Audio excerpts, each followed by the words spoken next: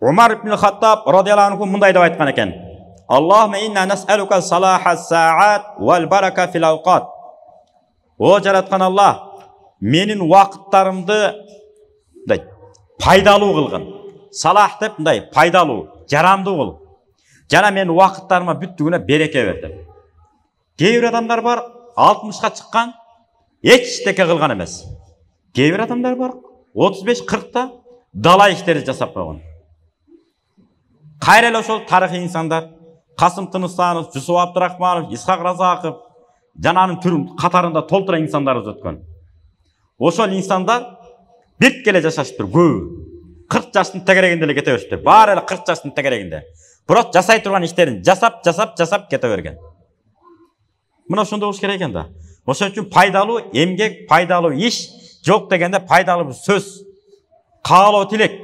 Ошону арнаганды да үйрөнүшүбүз керек экен, анан күлүп жүргөндү да үйрөнүш керек экен. Кабагыбызга кар жаап албай. Анткени пайгамбарым эмне деди? Жылмайуу садака. Жок деген адамдарга бир кубаныч тартуулап күлүп койсоңуз, мына кошунам жакшы экен дейт. Гүлбөй жүрө берип, гүлгөндү унутуп калгандар да бар. Мына өзүн ыңгайсыз этет.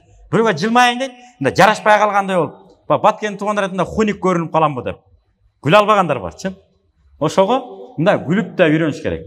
Гүлүп, жылмайып, ата-энебиздин жанында жылмайып отуруп, туугандан арасында жылмайып отуруп, сотканы нар жакка таштап, тетакка коюп отуруп, мындай баарлашып отуруш керек.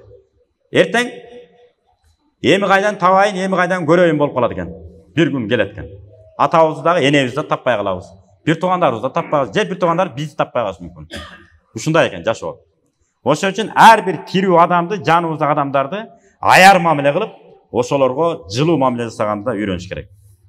Атпесек болбойт. Ошон үчүн пайгамбар эмне деди? Дайыр жол айталы, жылмаюу садака деген. Жалалиддин ар-Руми эмне деген? Маснави деген китеп жазган. 2 саптык менен бир маселени бүтүрүп кете берген. Өзү Афганстандык болгон, Турцияда өмүр өткөргөн. Ушундай чыган, өзү чыган кыйын инсандардын баары куугунтукталган өзүнүн жеринен. Муну Адам алейхиссалам баштап берген.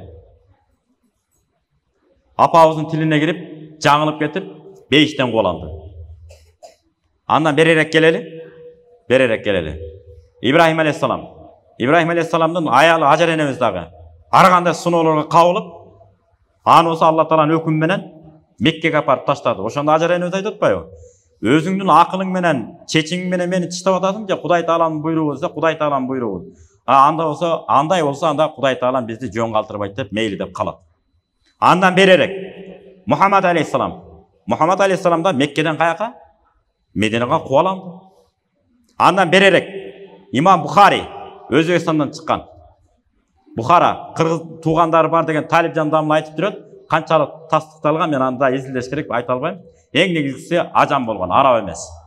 Ошо Имам Бухари да кубаланган. Качып досунун үйүнө келет. Өзү чыган инсандар өзү ошентип кубаланат экен өзү.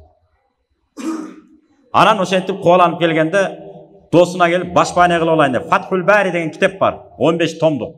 Арабча билгендер болсо ошол жактан карап алса болот. Өмүр баяны. Ошол жерде келип кубаланганда Имам Бухари досторунан бирөөсүнө келсе айтат, кечирип кой, бизге тигил залым падышадан буйрук келген. Эгерде сени мен башкоргонго алып, сени үйүмө киргизип бекитип ала турган болсом, мен башкоргого алганымдын тайпынын чыгарат. Мындайча айтканда, мен да өлүмгө башымды тартып жүрүшүм мүмкүн, өлүмгө менин башымды. Кечирип кой, мен сени коргоом ала албайм дегенде, ошол жерден анан Имам Бухари колун көтөрүп бата тилеп кылып берет. Бата тартып берет. О жараткан Алла, мен милдетимен кутулдум окшойт. Эми өмүрүмдү алчы дейт. Кыйналып кеттим дейт. Мына пайгамбардын хадисин жыйнаган үчүн күнөөлүү. Имам Бухари жалаң хадис жыйнаган киши болгон. Фиq илимин окуйун десе, Имам Малик айтат, анта ласта би ахлил фиqh.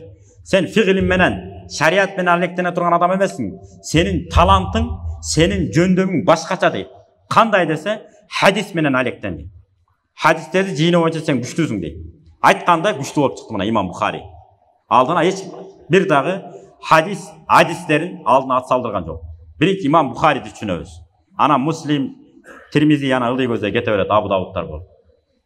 Анан ошол имам Бухари бата тартып берет. Жараткан Алла, мен жанымды алчы, кыйналып кеттим дегенде, бир риваятта айтат 1 ай дейт, бир риваятта айтат 3 күндө дейт.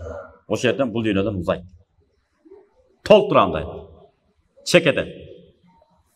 Ошондуктан дайыма акыйкатты, тактыкты, элдин келечеги үчүн пайдалуу иш жасай аласызбы? Пайдалуу сөз сүйлөй аласызбы? Коркпой, дебей, эчтекени тартынбай жеткирип кое бериш керек экен. Тарых өз баасын берет экен, жана Алла Тааланын алдында да жүзүбүз жарык болот экен. Мына арабызда ар кандай адамдар отурат. Мамлекеттин бир жак бурчун тарткандар бар, бизнесин тартып аткандар бар, кайрымдуулугун жасап аткандар бар, араңыздарда окумуштуулар бар. Кээ бири калеми сүйлөйт, кээ биринин сөзү сүйлөйт. Ар кимдин аргасы жана талантыңыздар бар. Ошол колубуздан, кимибиздин колубуздан эмне келет? Ошол болгону Алла Таала ыраазы болгон жол менен кызматыбызды өтөй беришибиз керек экен.